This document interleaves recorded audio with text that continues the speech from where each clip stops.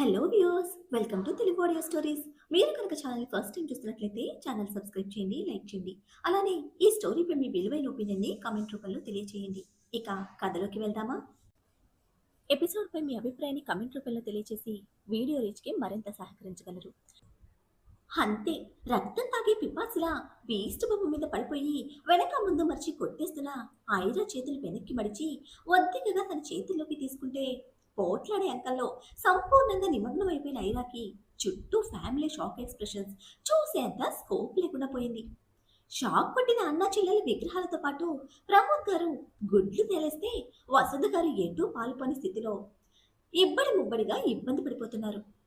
తీసుకువెళ్తాను అంటూ సెట్ చేయడానికి అష్ట కష్టాలు పడుతున్న ఐరాను మరింతగా తనలోకి ఎదుముకుంటున్న రుద్ర ఈసారి వసంత గారిని చూస్తే యాక్చువల్గా అంటూ ఏదో చెప్పడానికి ట్రై చేసిన ప్రమోద్ గారికి చేయి అడ్డు చూపించి తీసుకువెళ్ళు రుద్ర.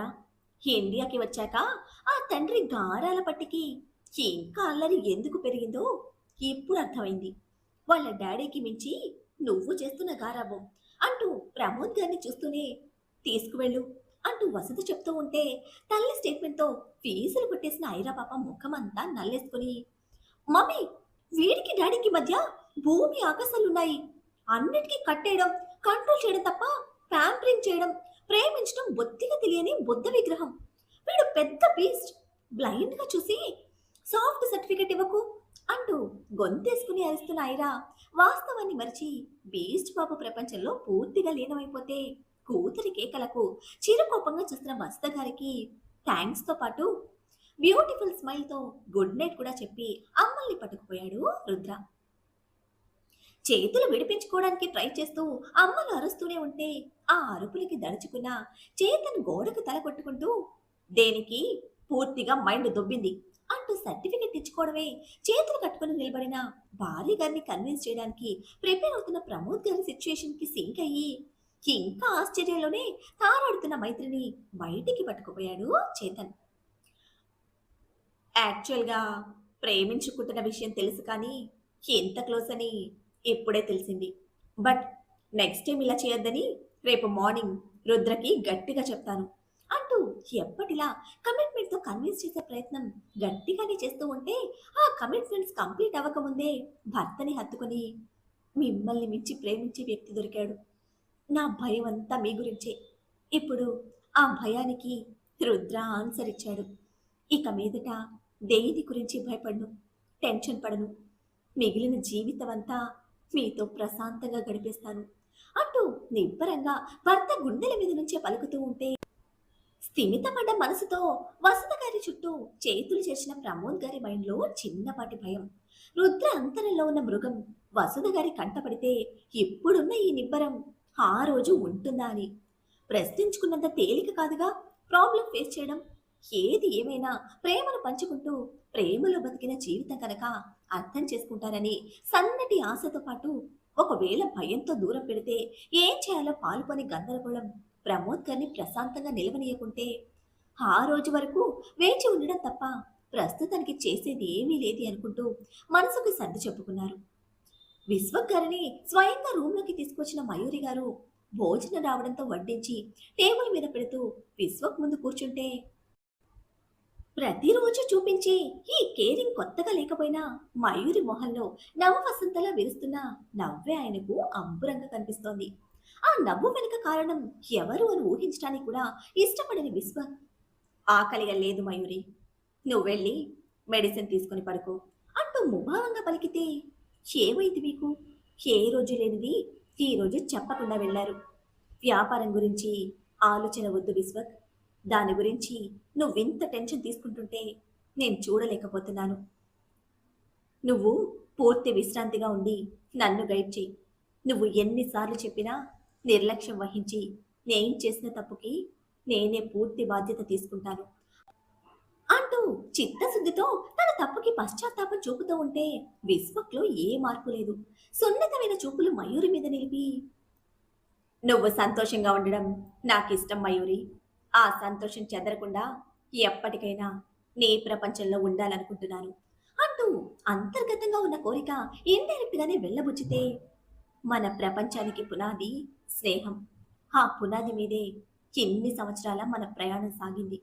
ఇది ఎప్పటికీ చెదిరిపోదు అంటూ మొదటిసారి మనస్ఫూర్తిగా నవ్వుతూ బలంగా చెప్పిన మయూరి, భోజనం చేయండి విశ్వక్, మీకిష్టమైన మీ రథసారథిని పంపిస్తాను అంటూ కిందకి వచ్చి మయూరి డ్రైవర్ బేరునాథ్కి జాగ్రత్తలు చెప్పి మరీ పైకి పంపితే అతను రూమ్కి వచ్చేసరికి విశ్వక్ విండో దగ్గర కూర్చొని బయటకు చూస్తున్నారు.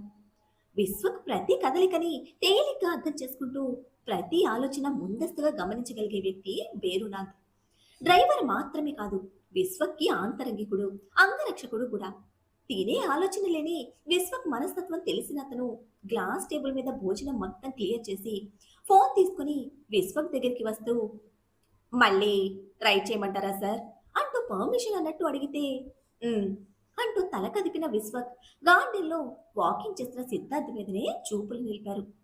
చేప పిల్లల చేతుల్లో ఎగిరెగిరి పడుతున్న ఐరా పాపని భద్రంగా రూమ్కి పట్టుకొచ్చి బెడ్ మీద దింపడమే తన నెక్స్ట్ స్టెప్కి సానుకూలంగా రుద్ర చేతులు కట్టుకుని నిలబడితే స్ప్రింగ్ స్పీడ్తో బౌన్స్ అయిన ఐరా కరెంట్ కిడ్లా రుద్ర మీద చేతులతో యుద్ధం ప్రకటించినా గాని సుకుమార లావణ్యం సపోర్ట్ చేయక 2 నిమిషాలకే నొప్పికి నొచ్చుకుంటూ కోపంతో కళ్ళురుముతూ విసుగుతో నొసలు ముడివేసింది.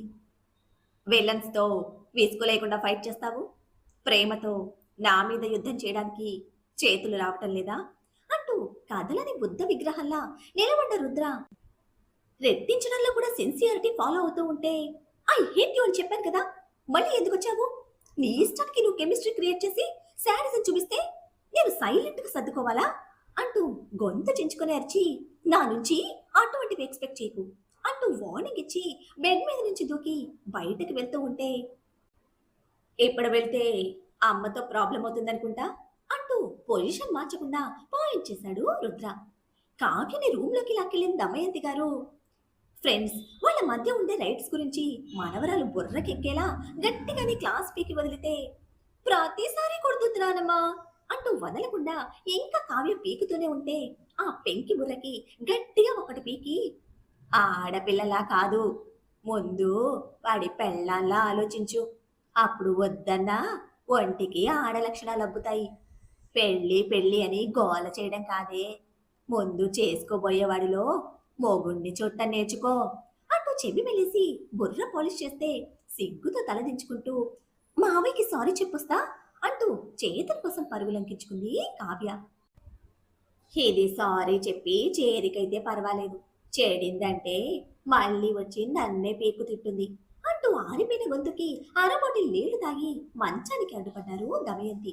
ముందర కాళ్లకు బంధాలు వేసినట్టు అయినా పాప ఆలోచనలో అమ్మని నిలిపేసరికి ఇప్పటి వరకు బీస్ట్ బాబు ప్రపంచంలో ఊపిరి తీసుకోకుండా ఈత కుడుతున్న ఐరా పాపకి వాస్తవ ప్రపంచం కనిపించడంతో పాటు అమ్మ కూడా గుర్తుకు వచ్చి ఏ విధంగా తనని పేరెంట్స్ ముందు నుంచి పట్టుకు వచ్చాడో తెలిసి వస్తుంటే, "హా!" అంటూ గొంతు పూయేలారుస్తూ ఫ్రస్ట్రేషన్ లో చిత్రంగా చేతులు గాలిలోకి విసిరి వేగంగా వెనక్కి వచ్చిన ఐరా పాప అడ్డి తిరిగి ఉన్న బేస్ట్ బాబు ముందు బెడ్ ఎక్కి సెగలు కక్కుతూ నిలబడింది. వెన్నెల చంద్రుడిని అరభాగానికి వంపినట్టు అందగా నవ్వుతూ, నా మీద కోపంతో నీకు కనపడలేదు, ఆల్రెడీ మొత్తంగా కట్టేసుకున్నాను, తాళి మాత్రమే బ్యాలెన్స్ అంటూ క్లారిటీ ఇస్తూనే అమ్మలు జగనం పట్టి పొట్టలోకి మొహం వదులుకుంటే అప్రయత్నంగానే తల వరకు వచ్చిన చేతులను కట్టేసుకుని వెనక్కి తీసుకుంటూ, వదులు అంది కరిగిపోతున్న కోపానికి కట్టెలా నిలబట్టడానికి. నువ్వు కొట్టడానికి తిట్టడానికి కంఫర్ట్గా ఉంటుందమ్మలు, అలవాటు పడిపోయాను కదా, దూరంగా ఉంటే ఎమోషన్ సెట్ అవ్వడం లేదు, రేపు మార్నింగ్ చాలా పనుంది, ఫస్ట్ నీ గిఫ్ట్ ప్రజెంట్ చేయాలి, అన్నీ తెలిసి కూడా నువ్వు అన్యాయంగా వదిలేసిపోతే మంచం ఎక్కాలంటేనే మనసుకి ఏదోలా అయిపోతుంది అంటూ ఆనెస్ట్గా అంతరంగాన్ని ఐరా ముందు పరుస్తూ తలెత్తి చూస్తే నీళ్లు తిరుగుతున్న కళ్ళతో కోపాన్ని నిలపడానికి శతవిధాలా ప్రయత్నిస్తోంది ఐరా పాప. ఇంకా కోపం పోలేదా అంటూ ప్రేమనంతా కళ్ళలో నింపి వెన్ను తడుముతూ అడిగితే, కళ్ళొత్తుకొని రుద్ర చేతులు తోసేస్తూనే, I'm not like you, machine లెక్క బటన్ వేయగానే అన్ని క్లీన్ చేసుకునే బ్రెయిన్ నాకు లేదు, I'm just Aira, Aira Arora, leave me alone, నాకు టైం పడుతుంది అనేసి బెడ్ మీద నుంచి దూకి వెళ్ళిపోతూ ఉంటే ఈసారి ఆపలేదు రుద్ర. టీషర్ట్ తీస్తూ తిరిగి నిలబడి, నీ ప్లేస్ ఇది కదా అమ్మలు, వదిలేసి అమ్మ ఒడిలోకి చేరిపోతావా అంటూనే టీషర్ట్ పక్కకు విసిరి అర్ధనగ్న దేహంతో చేతులు చాపితే ప్రశ్న చిన్నదే అయినా ఐరా చిట్టి గుండె మీద గట్టిగానే కొట్టడంతో ముందుకు వేసి అడుగు నిలదొక్కుంటూ విసురుగా వెనక్కి తిరిగిన ఐరా పాప అసలు బుద్ధుందా నీకు అంటూ బుసలు కొడుతూ మీదకు వచ్చి నువ్వు అనుకుంటే అయిపోవాలి, కావాలనుకుంటే కట్టేసుకోవాలి, నా ఎమోషన్స్ అక్కర్లేదా నీకు, always just like a dictator, ఎందుకు నా వీక్ పాయింట్తో ఆడుకుంటావు అంటూ నోటితో అరుస్తూనే చాచి ఉన్న చేతుల మధ్య రుద్ర బాడీని తాకటానికి పడుతున్న తొందరని పిడికిట బంధించి గుండెల మీద చరుస్తోంది. కోపంగా ఉందని చెప్తే అర్థం కావట్లేదా, డే మొత్తం మీద 10 సార్లు సర్టిఫికెట్ ఇస్తాను మిస్టర్ మేధావి అని, ఆ మాత్రం బ్రెయిన్ యూజ్ చేయవా అంటూ ప్రశ్నలు సంధిస్తూనే అంగుళం అంగుళం దగ్గరికి చేరువవుతున్న ఐరా నడుము వంకన అరచేతిని నిలిపిన రుద్ర ఇద్దరి మధ్యన ఉన్న అడుగు దూరాన్ని కూడా చెరిపి అమ్మలుని తన గుండెల మీదకి లాక్కుంటే మాటలు కట్టిపెట్టి కోపాన్ని కళ్ళతోనే కట్టినట్టు చూపించింది ఐరా. నీ కోపానికి టైం తీసుకో, ఒక 5 to 10 మినిట్స్, అంతకు మించి డిస్టెన్స్ నేను తీసుకోలేను అంటూ సిన్సియర్గా చెప్పి దేహాల మధ్య రాపిడి రేపుతూ ఉంటే క్రీగంట చికాకు చూపిస్తూనే మేధావి లెక్కలు చూపించుకు నా దగ్గర, అంత ఫాస్ట్ గా కోపం ఎలా పోతుంది అంటూ కన్నీరు నిండిన ఉక్రోషంతో కొట్టినట్టు అడుగుతున్నా ఐరా ఒక చెయ్యి బీస్ట్ బాబుని తోస్తుంటే మరొక చెయ్యి కంఠం బిగించి తన వైపుకు లాగుతోంది. నా మేధావి బ్రెయిన్ లో దీనికి వండర్ఫుల్ మెడిసిన్ ఉంది అంటూనే బీస్ట్ బాబు ఉడికిపోతున్న అమ్మల పెదవులు అందుకుంటే 6 పలకల గంధపు చెక్క మీద వద్దు అని వారిస్తూనే గోర్లతో నొక్కిపెట్టిన ముడిపడిన అదర బంధనంలో ఎంగిలి మధువు మనస్సులోని బరువుకి మందుగా మారేసరికి ఊపికొస్తున్న కన్నీటితో వారిస్తున్న చేతులను రుద్ర మెడ చుట్టూ వరమాలలా చేర్చి జాది తీగల బీస్ట్ బాబుని అల్లేసుకుంది అమ్మలు. మైండ్లో ఎన్ని టెన్షన్స్ ఉన్నా బయట తిరిగే పని లేకపోవడంతో తిండి తిన్న వాళ్ళు నిద్ర కోసం ఆవలింతలు పెడుతూ ఉంటే లైట్ ఆఫ్ చేసి బెడ్ ఎక్కగానే చేతన్ రూమ్ డోర్ మోగింది. అనుకున్నా ఈ మోహిని పిశాచి ఇంకా రాలేదేంటని, నన్ను పీక్కు తినడానికి వచ్చేసింది అని ఇరిటేట్ అవుతూనే లైట్స్ ఆన్ చేసి డోర్ ఓపెన్ చేసిన చేతన్కి ఎదురుగా నిలిచిన కావ్య ఓని అంచులను వేలతో చుట్టేస్తూ సిగ్గు చిందిస్తున్న కళ్ళతో గోముగా సారీ మావయ్య అంటూ లోపలికి అడుగు పెడితే ఆ తిప్పుడికి దెయ్యం పట్టిందా అంటూ డౌట్ గానే ఇంత చేసుకున్న కళ్ళతో స్కాన్ చేస్తూ అడిగితే నువ్వు తప్ప నాకు ఇంకెవ్వరూ పట్టరు మావయ్య అంటూ ముద్దు ముద్దుగా ఆన్సర్ ఇస్తున్న కావ్య నెత్తి మీద ఒకటి పీకి గంటకొకసారి నీ మైండ్లో చిప్పు దొబ్బుద్దే, పడుకునే టైంకొచ్చి ఏంటి నీ నస అంటూ కయ్యమన్నాడు చేతన్. అది కాదు మావయ్య, ఇందాక నువ్వు టవల్ మీద ఉన్నప్పుడు సరిగా పట్టించుకోలేదు, అప్పుడు కోపంలో ఉన్నాను కదా చూడలేదు అని నసుగుతూ ఉంటే ఎప్పుడు చూసావా లేదా అప్పుడు చూసింది ఇప్పుడు గుర్తుకొచ్చిందా అంటూ వదనంలో చికాకు చూపిస్తూ అడుగుతూ ఉంటే అది కాదు మావయ్య, ఇంకోసారి టవల్ కట్టుకోవా, నేను ఫోన్లో ఫోటో తీసుకొని మన పెళ్లి వరకు చూసుకుంటాను అని పులుకుతూ అడిగితే పెళ్లి మాట ఎత్తావో మూతి కుట్టేస్తా అంటూ కసిరి కావ్య నెత్తి మీద మొట్టికాయ పొడిచి బయటకు తోసి తలుపు వేసుకుని లైట్ ఆఫ్ చేసి బెడ్ ఎక్కిన చేతన్ మైండ్ టెన్షన్స్ కి మేనకోడలు మందు వేసి వెళ్లడంతో ఇక వంటి నిద్రకి ప్రశాంతంగా ఉపక్రమించాడు. అమ్మమ్మ అని వినిపించిన భైరవి రాగానికి దేని దొంపతైగా అంగిట్లో నాలుక పెట్టుకొని అల్లుడు నోట్లో రుచి వెతికే రకం ఇది, దీని పెళ్ళి నా చావుకొచ్చింది అంటూ కళ్ళు బిగించి నిద్ర నాటకంతో దమయంతి దుప్పటి ముసుగు వేస్తే మేనమామ కుట్టిన అలకతో కాసేపు రూమ్ మొత్తం గజ్జెల కాళ్లతో చిందులు తొక్కుతూ అలుపొచ్చాక అమ్మమ్మ పక్కలో దూరింది కావ్య. సరిగ్గా అరగంట క్రితం రిజిస్టర్ అయిన మిస్డ్ కాల్ చూసి అనుపమ కాల్ బ్యాక్ చేస్తే ఇంకొకసారి ఆలోచించండి మేడం అంటూ రిక్వెస్ట్గా అడిగాడు పిఏ పురుషోత్తం. నా డెసిషన్ ఫైనల్, మరోసారి చెప్పొద్దు పురుషోత్తం గారు, రేపే మొత్తం లీగల్ ప్రొసీడింగ్స్ అన్నీ ఫినిష్ అవ్వాలి అంటూ భార్య నోటి నుంచి వినిపిస్తున్న ఆర్డర్స్ కేదార్ సైలెంట్ గా కాల్లో వింటూ ఉంటే ఓకే మేడం అంటూ పురుషోత్తం వెళ్ళిపోయాక ఫోన్ చెవి దగ్గర పెట్టుకున్నారు అనుపమ. ఎలా, ఏ డెసిషన్ తీసుకున్నావను అంటూ కేదార్ వంతు గాంభీర్యంగా ప్రశ్నిస్తూ ఉంటే ఏది తెలిసే ఫోన్ చేశారా అంటూ మానసికంగా శారీరకంగా కుమిలిపోతూ అడిగారు అనుపమ. నా సిచ్యువేషన్ నీకు తెలియదను. చెట్టంత కొడుకుని పోగొట్టుకున్నా నా బాధ నువ్వు కూడా అర్థం చేసుకోవడం లేదు అంటూ కేదార్ నిరసన తెలుపుతూ ఉంటే, ఈ మాట మీరు ప్రపంచానికి చెప్పండి.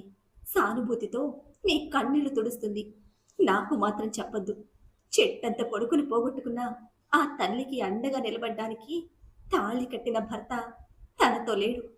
కనీసం కడసారి కొడుకు మొహం చూడటానికి కూడా ఆ తండ్రి రాలేదు అంటూ అనుపమ కన్నీరు మున్నీరవుతూ ఉంటే, నీకు తెలిసిందే ప్రపంచం అనుకోకను.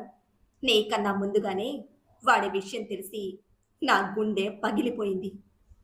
అయినా చూడటానికి ఏం మిగిలింది?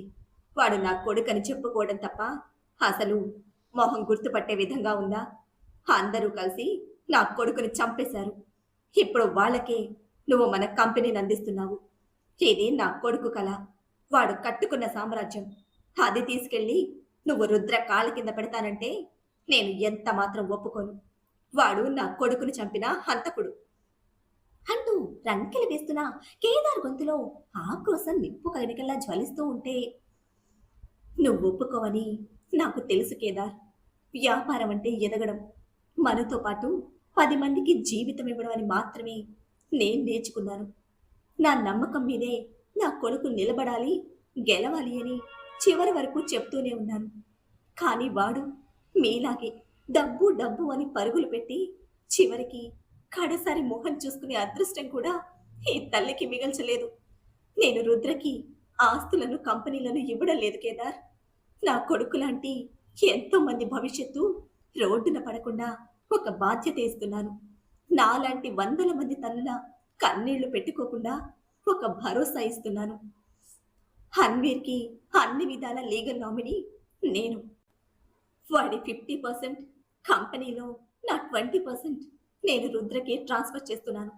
మీ 30% షేర్ వాల్యూ మీకోసం ఎప్పటికీ అలాగే ఉంటుంది అంటూ కన్నీళ్ల మధ్యనే ఖచ్చితమైన క్లారిటీ ఇచ్చిన అనుపమ, మన కొడుకు చనిపోయిన విషయం మీకు తెలియజేయలేదని కుమిలిపోయాను. తెలిసి మీరు రాలేకపోయారని ఇప్పుడు బాధపడుతున్నాను. ఇక మీదట వచ్చినా ఏమీ లేదని ఓడిపోయిన తల్లిగా చెప్తున్నాను. అర్థం చేసుకోండి కేదార్. జీవితం చాలా విలువైనది. ఇప్పటికైనా అర్థం చేసుకోండి అంటూ ఎదురు చూపుల్లోనే అలసిపోయిన ఒక సగటు ఇల్లాలిగా అనుపమ కాల్ కట్ చేస్తే బయటకు వచ్చిన పిఏ పురుషోత్తం సుందర్ పాండేకి ఫోన్ చేసి విషయం చెప్పాడు. నేను సార్కి ఇన్ఫార్మ్ చేస్తాను. రేపు మార్నింగ్ మీరు చెప్పిన టైంకి అక్కడ ఉంటాము. ఏ నైట్ సెక్యూరిటీని కాస్త జాగ్రత్తగా ఉండమనండి అంటూ సుందర్ పాండే మనసుకు తోచింది చెప్తే, అన్నీ ఉండి కూడా అల్లుడి నోట్ల శని అంటే ఇదే. కోట్లుండి కూడా ఏం లాభం? కడుపు నిండా ముద్ద తినడానికి లేదు, కంటి నిండా నిద్రపోవడానికి లేదు. ఏంటో జీవితాలు. ఎవరి కోసం ఎందుకోసం బతుకుతున్నామో కూడా తెలియని బలసినోళ్ల బతుకుల్లోని ప్రతి పేజీ కన్నీటి కష్టాలు లేదా రక్తపు చిత్రాలు. తప్పుతుందా ఉప్పు తిన్న విశ్వాసం. ఆ మనిషి ఎన్ని దుర్మార్గాలు చేసినా మేడం కోసం నిలబడాలి అనుకుని డాక్యుమెంట్స్ అన్నీ డ్రైవర్కి ఇచ్చి లాయర్ దగ్గరికి పంపించి ఆ రాత్రి అక్కడే ఉండిపోయాడు పురుషోత్తం. సరిగ్గా ఇది జరిగిన 10 నిమిషాలకి గోవాలోని ఒక బీచ్ హౌస్ లో ఉన్న అన్వీర్ మలేషియా పార్ట్నర్ ఫోన్ మోగింది. అవతలి వాడు ఏం చెప్పాడో తెలియదు కానీ వీడి మొహం మాత్రం వెలిగిపోతున్నా వాడి క్షణంలోనే అనుమానం కూడా తొంగి చూస్తూ, but she has already announce to public అంటూ గుర్తు చేస్తే, ఈసారి అవతలి వాడు గట్టిగానే వార్నింగ్ ఇచ్చినట్టున్నాడు. Okay, I will make arrangements అంటూ ఆ కాల్ కట్ చేసిన మలేషియన్ వెంటనే మరొకడికి కాల్ చేసి ఒక మనిషి ప్రాణాలు తీయడానికి డీల్ కుదుర్చుకున్నాడు. అది కన్ఫర్మ్ కావడమే మరొకరికి ఫోన్ చేసి డబ్బు సెట్ చేయమని చెప్పి కాల్ కట్ చేసిన మలేషియన్ వెంటనే గోవాలోనే మరొక ప్రైవేట్ రిసార్ట్ లో ఉన్న బాస్ ఆండ్రే వోల్గనోకి ఇన్ఫర్మేషన్ పాస్ చేస్తే, he's the real business man.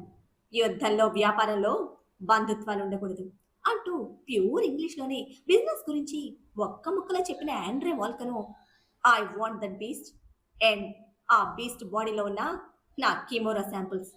సాధిస్తే బదులుగా కొడుకునిస్తామని బేరం పెట్టు అంటూ ఆఫర్ చేశాడు. మరి అన్వీర్ బతికి ఉన్న విషయం కేదార్ తెలుసుకుంటాడా? ఆండ్రే ఇచ్చిన డీల్ కి ఒప్పుకొని కొడుకు కోసం రుద్ర శాంపుల్స్ రికార్డ్స్ కోసం ఏం చేయనున్నాడు?